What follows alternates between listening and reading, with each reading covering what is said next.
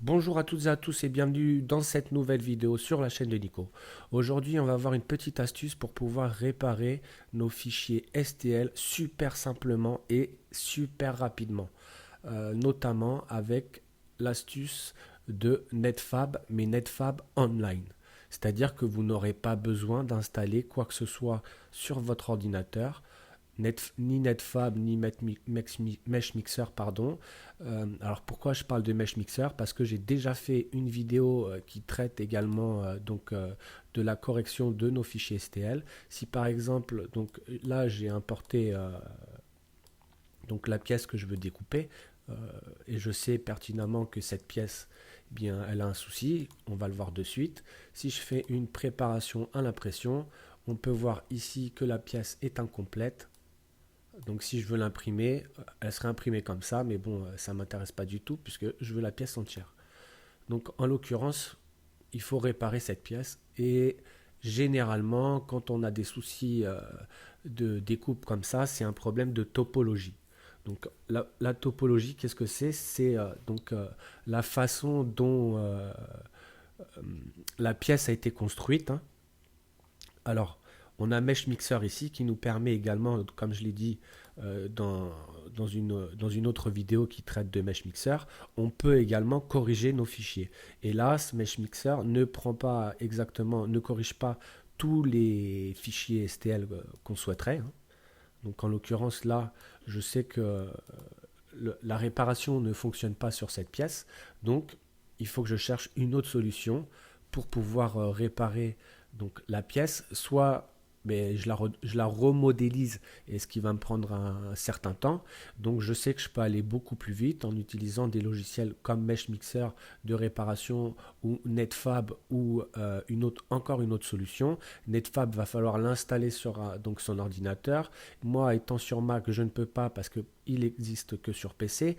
Et si vous n'aviez pas envie de l'utiliser pour X raisons, il y a encore une autre solution qui s'offre à nous, c'est Netfab Online. Et il est super rapide, super efficace. Donc c'est ce qu'on va voir. Mais avant ça, je voulais vous montrer pourquoi on ne peut pas, comment dire, découper ce fichier dû à la topologie. Donc je vais importer mon fichier que j'ai mis en OBJ, puisque Maya, lui, il a besoin d'avoir son... Il ne reconnaît pas les fichiers STL. Donc en fait, comme je vous disais tout à l'heure, là si je me mets comme ceci, voilà, là on peut voir qu'en fait il a des faces qui se croisent. Il y a donc la topologie c'est ça, c'est la méthode dont il a été construit. Là on va voir, donc là j'ai un triangle. Ici il y a des faces qui sont en dessous les mêmes faces. Et là c'est pareil. Là j'ai supprimé la face et on peut voir qu'à l'intérieur, donc on a encore une face. Donc tout ça, c'est vraiment un problème donc, de topologie, comme je l'ai dit. Et dès qu'il y a une topologie pas adéquate, forcément, quand on demande à découper nos fichiers, eh bien, c'est pas bon. Donc là, on peut voir qu'on a une épaisseur entre ces faces ici et ces faces là, alors qu'à l'intérieur, ça devrait être vide. Et à chaque fois, ça l'a fait. De l'autre côté, c'est pareil. Donc en fait, le problème du découpage, du tranchage, pardon, dans Simplify, il vient donc de ça, de la pièce qui a été modélisée, on va dire, soit rapidement ou soit sans faire attention à la façon dont elle a été modélisée. Je ne sais pas avec quel soft ça a été fait, enfin bref. Donc on va remédier à ça sans pour autant tout refaire. Alors, la solution que je voulais vous montrer qui est super rapide, c'est Netfab Online. Voilà. Donc, on a le service netfab.com. Je vais uploader donc mon modèle que je veux corriger. Lui, il va calculer donc la correction qu'il va déterminer. Une fois qu'il a fini de calculer et de procéder à la correction, il va nous proposer donc de le retélécharger.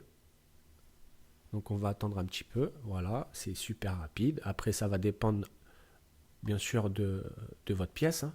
Donc je télécharge la pièce. Voilà.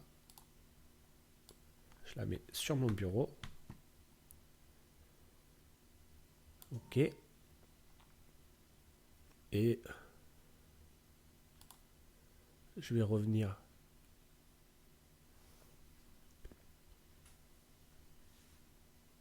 avec ma pièce. Je vais laisser les deux exprès.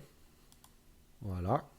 Donc on peut voir ici la dénomination, le nom de la pièce avec à la fin fixe que Netfab Online nous a fait. Maintenant, si je fais une prépare to print ou une préparation à l'impression, on peut voir que donc ça c'est la pièce originale et la pièce une fois qu'on l'a passée dans Netfab. Voilà, qui est corrigée. Donc c'est super simple, super rapide. On n'a rien installé du tout sur notre ordinateur. On n'a pas besoin d'aller cliquer sur telle ou telle option pour paramétrer quelque chose.